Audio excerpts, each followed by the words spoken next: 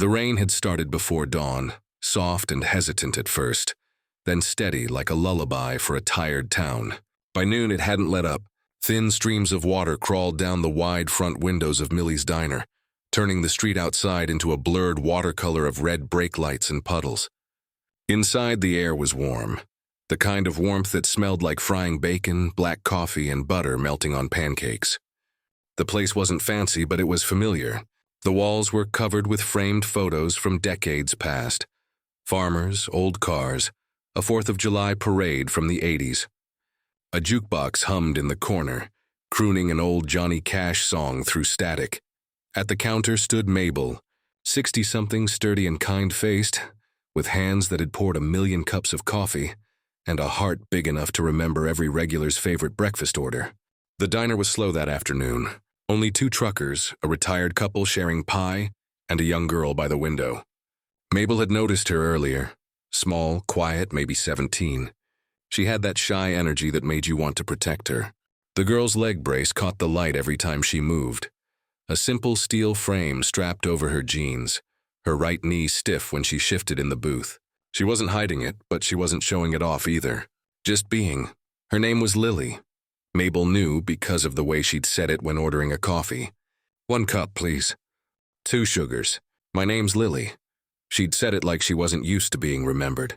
Now she sat there sketching, pencil scratching softly against paper, her backpack resting beside her. Every now and then she'd look out the window as if waiting for someone. The bell above the door jingled, and Mabel glanced up. 3 boys stormed in, all noise and swagger.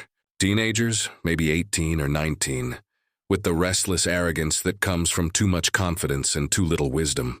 They wore Letterman jackets from the local high school, their sneakers squeaking on the linoleum floor. The tallest one, blonde and broad-shouldered, led the way. His name, Mabel vaguely remembered, was Chase. She'd seen him before, always loud, always looking for trouble.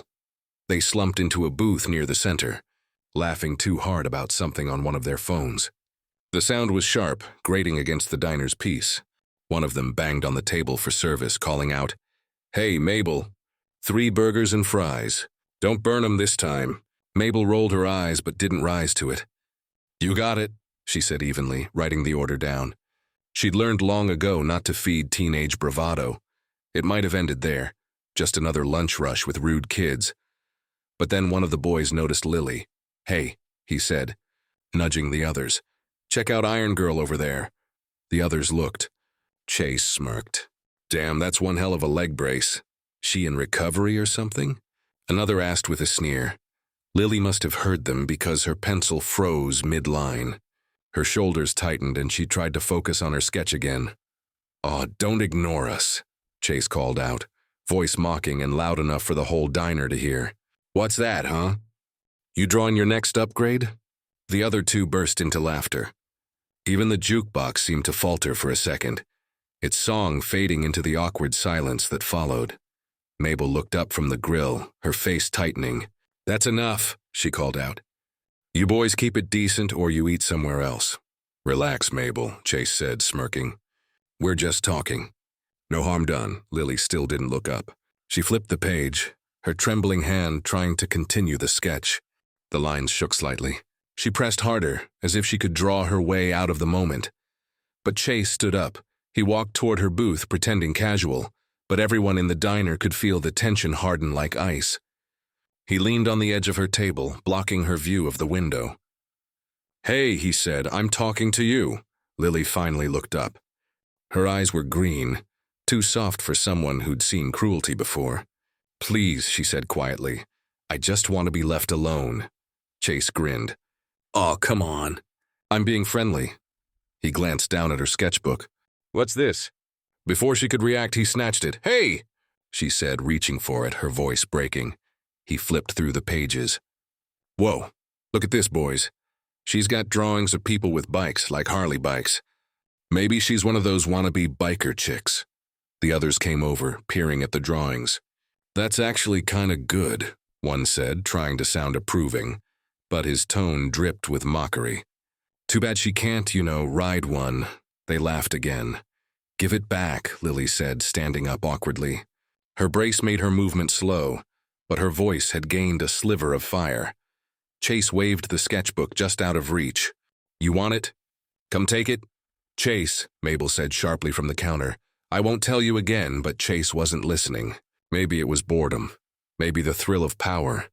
Either way, he crossed a line he didn't even realize was there. When Lily reached out trying to grab her sketchbook back, he shoved her hand away. Then, without warning, his open palm came down hard across her cheek. The sound cracked through the diner like a gunshot. The coffee cup on her table rattled, toppled, and fell to the floor, spilling brown liquid across the tiles. The sketchbook dropped, its pages fanning open, pencil lines bleeding into the coffee. For a long moment, nobody moved. The only sound was the rain outside, drumming against the glass like it was holding its breath. Chase blinked, as if even he hadn't expected to go that far. Then one of his friends muttered something like, "Dude, what the hell?" But Chase just laughed, forcing it, high and mean. "Relax, I didn't hit her hard," he said, glancing around at the frozen faces. "She's fine. Aren't you, sweetheart?" Lily didn't answer. She just stared down at her ruined drawings, at the wet pages curling at the edges. Her cheek had a red mark blooming on it, and her lower lip trembled. But no tears fell. She took a shaky breath, knelt and picked up the sketchbook. The pencil drawings had blurred into gray smudges. "Let's get out of here," one of the boys said quietly. "People are watching." Chase snorted and threw a few crumpled bills on the counter. Not enough to cover even one burger. Then they left, the bell above the door jingling wildly in their wake. The diner stayed silent for a long time after the door shut. Mabel's hands were trembling. The truckers looked at each other, guilt flickering in their eyes for not stepping in sooner. The old couple whispered softly, horrified. Mabel hurried over to Lily. "Sweetheart," she said gently, crouching beside her. "Are you okay? Do you want me to call someone?" Lily shook her head. "No, please no, I just need a minute." Mabel hesitated, torn between anger and concern. "They had no right," she muttered. "No right at all." Lily finally looked up at her, eyes shining but dry. "It's fine," she whispered. "They'll get what's coming to them." Her tone was soft, but there was something steady beneath it. Not revenge, but certainty. Like someone who knew the world could balance itself eventually. Mabel helped her clean up the mess. The coffee stain on the floor spread like a shadow. Lily sat back down for a while, sipping the fresh cup Mabel brought her. She looked out the window again, as though waiting for the rain to stop, or for something else entirely. The truckers went back to their meals. The old couple left quietly. The rain kept whispering its song. When Lily finally stood to leave, she paid for her drink and thanked Mabel. "You're kind," she said, offering a small, tired smile. "And you make the best coffee in town. Where are you headed, honey?" "Nowhere far," she said. "I just texted someone. I'll be okay." Mabel wanted to ask who, but something in Lily's expression told her not to pry. She just nodded and said, "Take care of yourself, sweetheart." The girl slipped out into the rain. Her reflection lingered for a moment in the diner window, small, fragile, and brave all at once, before disappearing down the wet street. An hour later, the bell above the door would jingle again. But when it did, it wouldn't be laughter that came in. It would be thunder.